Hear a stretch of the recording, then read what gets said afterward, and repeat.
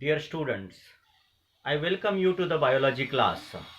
From today, we are going to start our biology class.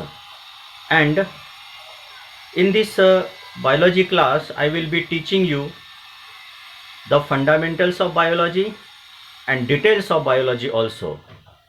Whichever topics have been given in your biology class, in your biology syllabus, that I will be dealing in detail. So, let me give my introduction first. I am Dr. Praveen Domde. I have done my PhD in biochemistry. I was lecturer in Raisoni College for more than 9 years, and in this particular field I am there for more than 13 years. So if we have to study this particular course, biology, which has been given by the state board, Maharashtra State Board, so we will have to first of all understand the syllabus. And what is that syllabus? Let us see. So the first chapter which has been given in your syllabus, it is of living world. Second chapter is systematics of living organisms. In the living world, we are going to discuss the topic what is living and what is non living, यानी कौन सी चीज living है, किसे living कहा जा सकता है, किसे नॉन लिविंग कहा जा सकता है। और उसके अलावा हम थोड़ा सा लिटिल बिट नॉलेज हम सिस्टमैटिक्स के बारे में भी स्टडी करेंगे, क्लासिफिकेशन के बारे में स्टडी करेंगे। और क्लासिफिकेशन करने के लिए, यानी ऑर्गेनिजम्स का क्लासिफिकेशन करने के लिए किन किन चीज़ों की आवश्यकता होती है, which particular things are required, that we are going to study in this particular chapter. Second chapter is systematics of living organisms. We know that large number of different types of organisms are there. कई अलग अलग type के organisms है, plants है, animals है, fungi है, ठीक है, बैक्टीरिया है। तो इन सभी ऑर्गेनिजम्स का क्लासिफिकेशन कैसे करते हैं, क्योंकि सभी को यदि हमें ध्यान में रखना है या उनकी स्टडी करना है तो उनका क्लासिफिकेशन करना जरूरी है। तो कैसे क्लासिफाई करते हैं वो हम देखेंगे इस पर्टिकुलर चैप्टर में, सिस्टमैटिक्स ऑफ लिविंग ऑर्गेनिजम्स में। Third chapter is kingdom Plantae. इस चैप्टर में हम कंप्लीट प्लांट के बारे में स्टडी करेंगे, उसके अलग अलग किंगडम्स के बारे में स्टडी करेंगे, क्योंकि नेचर में जब आप प्लांट्स को देखते हो तो आपको कई अलग अलग टाइप के प्लांट्स दिखाई देते हैं। You will find different types of plants starting from algae से लेकर, तो आप देखोगे बड़े बड़े पेड़, जैसे नीम का पेड़ है, बरगद का पेड़ है। So you will find extremely small plants to the big plants. You will find the plants which give flowers and you will also find the plants which do not give flowers. But all are economically important, even in that which plants are more economically important. So complete kingdoms of the plant we are going to study in the Plantae. Likewise, the fourth chapter, Kingdom Animalia. In this particular chapter, we are going to study different kingdoms of the Animalia. Animalia के हम अलग अलग kingdoms पढ़ेंगे, अलग different type के animals भी हम इसमें स्टडी करेंगे, ठीक है। उसके बाद है सेल स्ट्रक्चर एंड ऑर्गेनाइजेशन। ये जो सेल स्ट्रक्चर एंड ऑर्गेनाइजेशन है, जैसे हमने पहले भी स्टडी किया है, what is cell? Cell is the basic structural and functional unit of life. Cell जो होता है इसे कहा गया है बेसिक और fundamental structural and functional unit of life, यानी जो लाइफ है, जो जीवन है, उसका अगर कोई बेसिक यूनिट अगर होगा तो दैट इज व्हाट? सेल। तो उस सेल का कंप्लीट स्ट्रक्चर और उसका ऑर्गेनाइजेशन, उसकी बनावट, उसके अंदर में कौन कौन से ऑर्गेनेल्स हैं, already you know that nucleus is there, mitochondria, Golgi complex, then peroxisome, lysosome, then rough endoplasmic reticulum, smooth endoplasmic reticulum, plasma membrane. All these structures are there, and we are going to talk about all these structures in cell structure and organization this particular chapter. ठीक है. उसके बाद में biomolecules. Obviously आप लोगों को ये पता है कि वर्ल्ड में जितने भी चीजें बनी हुई है, all those things are made up of molecules और एटम्स. ये एटम्स एक दूसरे से जुड़ते हैं and they form the molecules. तो लिविंग ऑर्गेनिजम्स में जितने भी डिफरेंट टाइप के कंपाउंड्स आपको दिखते हैं या जितने भी स्ट्रक्चर्स हमें बने हुए दिखाई दे रहे हैं, ये जैसा हेयर्स है, नेल्स है, हमारे बॉडी के सेल्स है, all the things which ever you think all those things, they are made up of different types of compounds.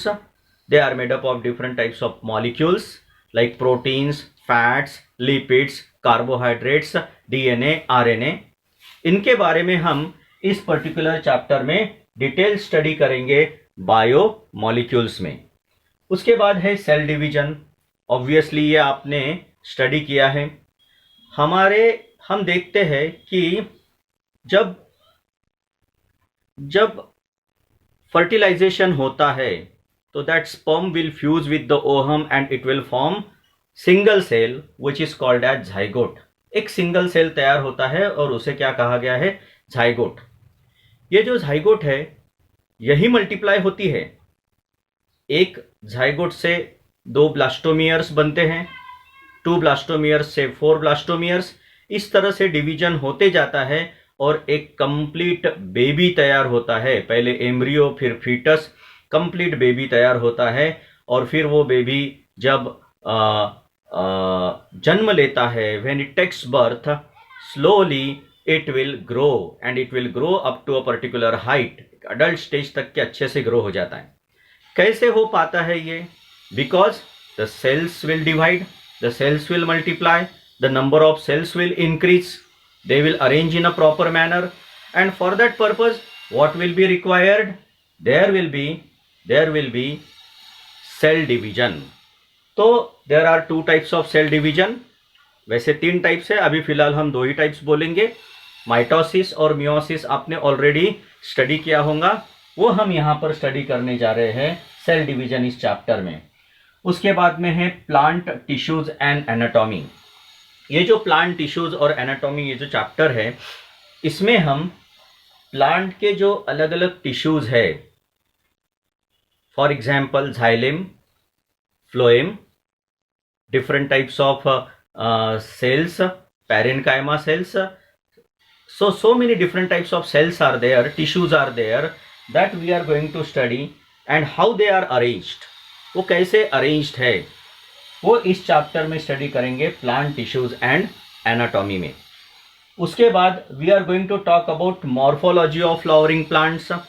हम देखते हैं प्लांट्स को, अगर आप देखोगे अलग अलग प्लांट्स को देखोगे तो उनके स्ट्रक्चर्स भी अलग अलग है. There are different structures. उनके स्टेम्स अलग है, उनके लीव्स अलग है. कुछ प्लांट्स में कांटे होते हैं, कुछ प्लांट्स में नहीं होते हैं. In some plants flowers are there, in some plants flowers are not there. ठीक है. So different structures are there, different morphologies are there. So ये जो चैप्टर है इसमें हम morphology of flowering plants study करने वाले हैं. कि जो फ्लावरिंग प्लांट्स है, कोई भी आपके दिमाग में कोई भी प्लांट अगर आता हो, एनी प्लांट, ठीक है, तो उसकी, लेकिन प्लांट कौन सा? फ्लावरिंग प्लांट, कोई भी, तो वो कैसे दिख रहा है, एक्सटर्नली कैसे दिख रहा है, उसमें उस पर्टिकुलर प्लांट में क्या क्या प्रेजेंट है, जैसा रूट्स है, स्टेम है, लीव्स है, क्या उसमें थॉर्न्स है क्या, तो ये सारी चीज़ें, ठीक है, उसके फ्लावर का स्ट्रक्चर वगैरह हम मॉर्फोलॉजी ऑफ फ्लावरिंग प्लांट्स में स्टडी करेंगे. उसके बाद एनिमल टिश्यूज. एनिमल टिश्यूज में हम एनिमल्स के सारे टिश्यूज स्टडी करने वाले हैं. बहुत इंपॉर्टेंट चैप्टर है. कई बार हम अलग अलग टाइप के चैप्टर स्टडी करते हैं, ठीक है. ह्यूमन एनाटॉमी, फिजियोलॉजी, मॉर्फोलॉजी से रिलेटेड। उसमें कई बार लिखा होता है कि ये एपिथेलियल सेल से बना है, ये कनेक्टिव टिश्यू से बना हुआ है, ठीक है। तो उस समय हमें थोड़ा सा डिफिकल्ट लगता है, यार एपिथेलियल टिश्यूज यानी क्या, कनेक्टिव टिश्यूज यानी क्या, बराबर है। तो यहां पर हम ये स्टडी करेंगे कि ये कौन कौन से अलग अलग टाइप के एनिमल टिश्यूज है जिससे एनिमल्स बने हुए, that we are going to study. उसके बाद में है स्टडी ऑफ एनिमल टाइप। ये स्टडी ऑफ एनिमल टाइप, इस चैप्टर में हम कॉकरोच को स्टडी करने वाले हैं। We are going to study the cockroach. Then photosynthesis, very important chapter with respect to the plant and also with respect to the animal. Animal में photosynthesis तो होता नहीं है, लेकिन अल्टीमेटली इस फोटोसिंथेसिस, इसी प्रोसेस के वजह से एनिमल को फूड मिलता है। इसलिए एनिमल के लिए इंपॉर्टेंट है, लेकिन प्लांट के लिए भी बहुत ज्यादा इंपॉर्टेंट है, क्योंकि by the process of photosynthesis plant synthesise their own food material. Plants उनके खुद का फूड मटेरियल खुद तैयार करते हैं। हम भी करते हैं, हमारा खुद का फूड मटेरियल हम खुद तैयार करते हैं। ऐसा कहते हैं कि भाई हम खाना बनाने जा रहे हैं, खाना पकाने जा रहे हैं, खाना बनाने जा रहे हैं, what ever it may be. लेकिन हम अगर सोचा जाए तो बने बनाए खाने को सिर्फ प्रोसेस करते हैं। We only process the already prepared food material by the plants. Plants food material खुद तैयार करता है, खुद का फूड मटेरियल खुद तैयार करता है, और उसी फूड मटेरियल को यूज करने के बाद it makes it available for other organisms, because of which other organisms live. So in this photosynthesis we will be studying glycolysis, not glycolysis, we are going to study the cyclic and non-cyclic photophosphorylation, ये study करेंगे। उसके बाद में Calvin cycle वगैरह study करेंगे, और किस तरह से फूड मटेरियल तैयार होता है ये फोटोसिंथेसिस में स्टडी करेंगे। लेकिन जो नेक्स्ट 13 चैप्टर है, that is what respiration and energy transfer. ये जो रेस्पिरेशन एंड एनर्जी ट्रांसफर है, इसमें हम ये स्टडी करने वाले हैं कि जो फूड मटेरियल हमने कंज्यूम किया है, उस फूड मटेरियल का ऑक्सीडेशन हमारे बॉडी में कैसे होता है, जिसके वजह से एनर्जी जनरेट होती है। हम फूड क्यों खाते हैं? हम फूड खाते हैं एनर्जी गेन करने के लिए, in order to obtain the energy, in order to produce the energy in our body.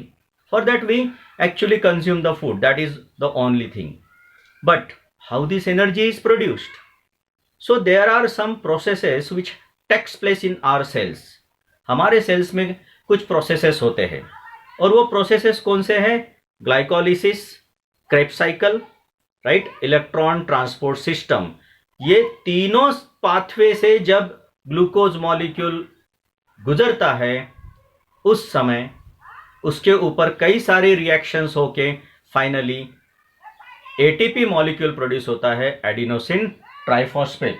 So respiration and energy transfer, इस चैप्टर में हम स्टडी करने वाले हैं how the energy will be produced. Then human nutrition, इसमें digestion study करेंगे हम। हमारे बॉडी के लिए कौन कौन से अलग अलग टाइप के न्यूट्रिएंट्स लगते हैं, that we are going to study. Carbohydrates है, प्रोटीन्स है, ऊपर से फूड मटेरियल का डाइजेशन कैसे क्या होता है, डाइजेस्टिव सिस्टम की स्टडी करने वाले हैं, ठीक है।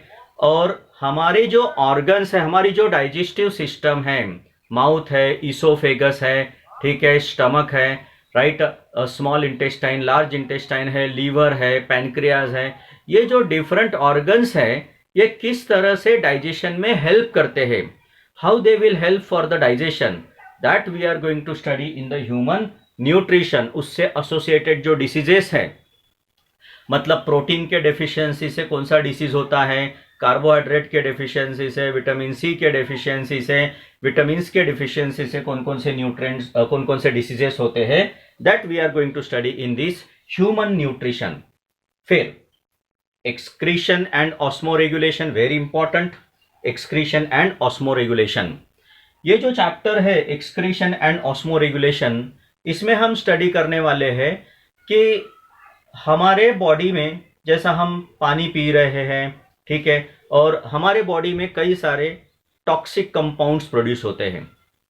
तो ये टॉक्सिक कंपाउंड्स हमारे बॉडी में से किस तरह से बाहर फेंके जाते हैं, how they are thrown out of our body, that we are going to study in excretion and osmoregulation, where complete excretory system of the human being starting from kidney, urinary bladder, ठीक है, and all the processes associated with this particular kidney, that we are going to study in excretion and osmoregulation, that is what maintenance of water balance of the body.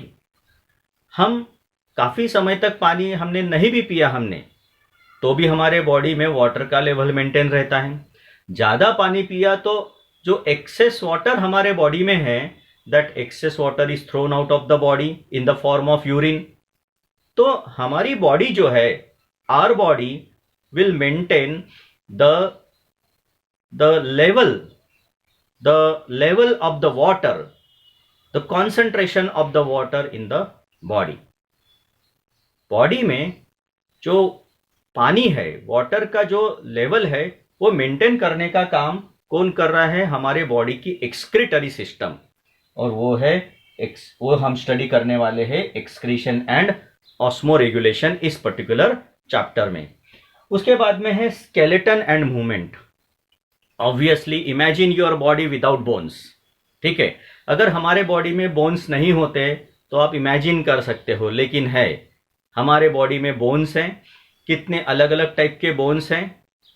Hands, legs, skeleton, complete skeleton यानी जो हमारी खोपड़ी है, ठीक है, cranium, right, school complete, यानी हमारा जो वर्टिब्रल कॉलम है वो भी स्टडी करने वाले हैं। तो कंप्लीट बोन्स, राइट, इस स्केलेटन एंड मूवमेंट, उससे एसोसिएटेड मूवमेंट्स इस चैप्टर में हम स्टडी करेंगे। तो ये जो अभी मैंने डिस्क्रिप्शन दिया है ये बहुत ही शॉर्ट है, हम काफी डिटेल में इसको स्टडी करेंगे। हर एक शब्द का अर्थ समझने का पूरा प्रयत्न करेंगे। आपको यदि कुछ नहीं समझता है तो आप मुझे पूछिए, ठीक है। कंप्लीट स्टडी हम करेंगे इसमें। अगर कोई डाउट रहा तो आप बेझिझक मुझे पूछिए, ठीक है। और systematically one by one we are going to cover all these chapters. So this is what the syllabus of 11th standard Maharashtra State Board, ठीक है, and this we are going to cover, and afterwards ऐसा हो सकता है कि जो कुछ videos हैं वो स्क्रीन रिकॉर्डिंग के वीडियो रहेंगे। Some videos will be off screen recording, इन्हें डायरेक्टली पीडीएफ से स्क्रीन रिकॉर्डिंग से समझाऊंगा। कुछ वीडियो इस तरह से मैं खुद रिकॉर्ड करूंगा, ठीक है। तो सारे वीडियोस आपको देखना है, उसमें आपको डिटेल्ड इंफॉर्मेशन मिलेंगी। और कुछ डाउट्स रहा तो आप मुझे पूछिए। Thank you very much, and we are going to start the next topic. Thank you very much.